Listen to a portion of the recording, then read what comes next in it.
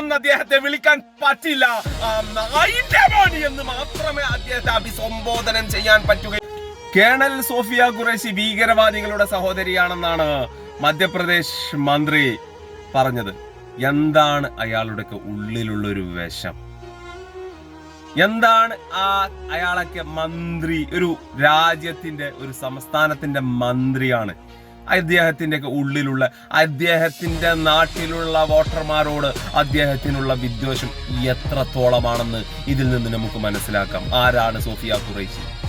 Sophia ഖുറൈശിയുടെ കുടുംബ പശ്ചാത്തലം എന്താണ്?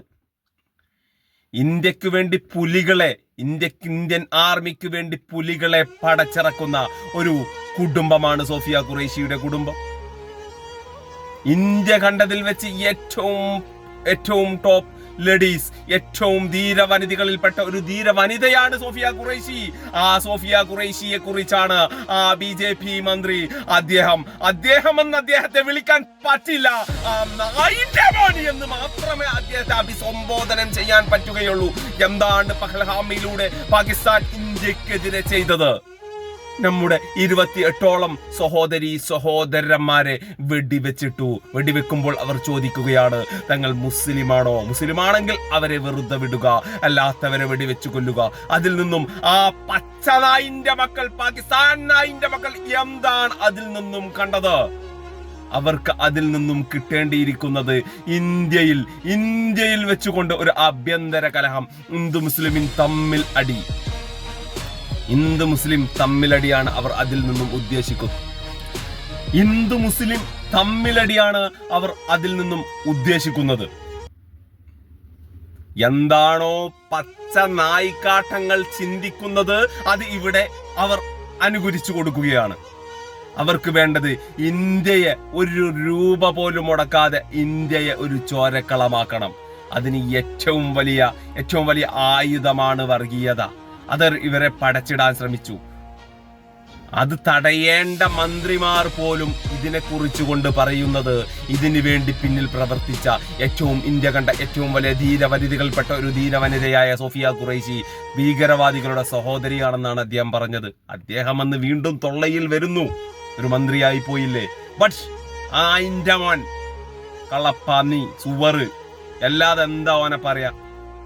ഇന്ത്യക്കും വേണ്ടി ഒരു ധീരവനിത പോരിനിറങ്ങുമ്പോൾ രോമാഞ്ചം പൊന്തേണ്ടടുത്ത് 28 നമ്മുടെ സഹോദരന്മാരെ വെടിവെച്ച് കൊന്നിട്ടപ്പോൾ അവർക്ക് വേണ്ടി ചോദിക്കാൻ ഇന്ത്യയിൽ നിന്നും ഒരു ധീരവനിത,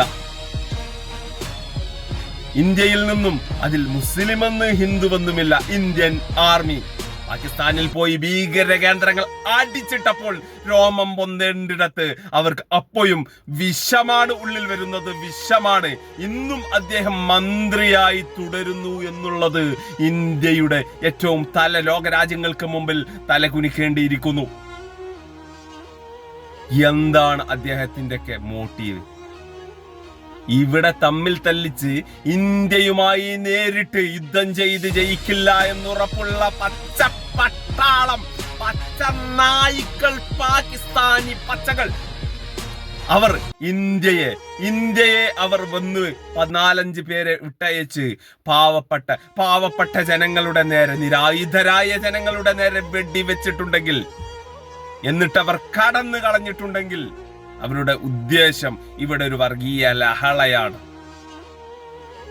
ഒരു രൂപ പോലും മുടക്കാതെ ഇന്ത്യയെ തമ്മിലടിപ്പിച്ച് ചോരക്കളമാക്കാമെന്നുള്ള അവരുടെ ഉദ്ദേശം ഏതായാലും ഇപ്പോൾ നടന്നിട്ടില്ല. ബട്ട് ഒരു മന്ത്രി പോലും അതിനുവേണ്ടി ഇറങ്ങിപ്പുറപ്പെട്ട ഒരു ധീര വനിത, ഒരു പുലിക്കുട്ടി സോഫിയ ഖുറൈശിയെ കുറിച്ച് അങ്ങനെ പറഞ്ഞിട്ടുണ്ടെങ്കിൽ അത് വെച്ച് പൊറപ്പിക്കാൻ പാടുള്ളതല്ല. കുറെ ചാനലുകളൊക്കെ കണ്ടു ഞാൻ, BJP-ക്കാർ അതിന് സപ്പോർട്ട് കൊടുക്കുന്നില്ല.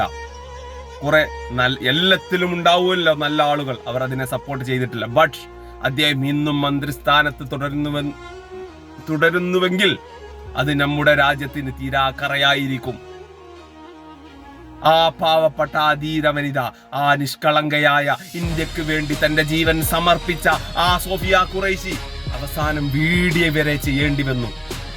ഞാനൊരു മുസ്ലിമാണ്, ബട്ട് ഞാൻ ഇന്ത്യൻ ആർമിയാണ്, ഞാനൊരു ഇന്ത്യനാണ്, എൻ്റെ മതമാണ് മുസ്ലിം, ബട്ട് ഞാൻ ഇന്ത്യനാണ് എന്ന് പറയേണ്ടി വരുന്ന ഒരു അവസ്ഥ. ഏതായാലും ആ മന്ത്രിയൊക്കെ വെച്ച് പൊറപ്പിക്കല്ലേ, അതിനൊക്കെ അടിച്ചു ഓടിക്കണം. പാകിസ്ഥാൻ ചാരന്മാരാണെന്ന് സംശയിക്കേണ്ടിയിരിക്കുന്നു.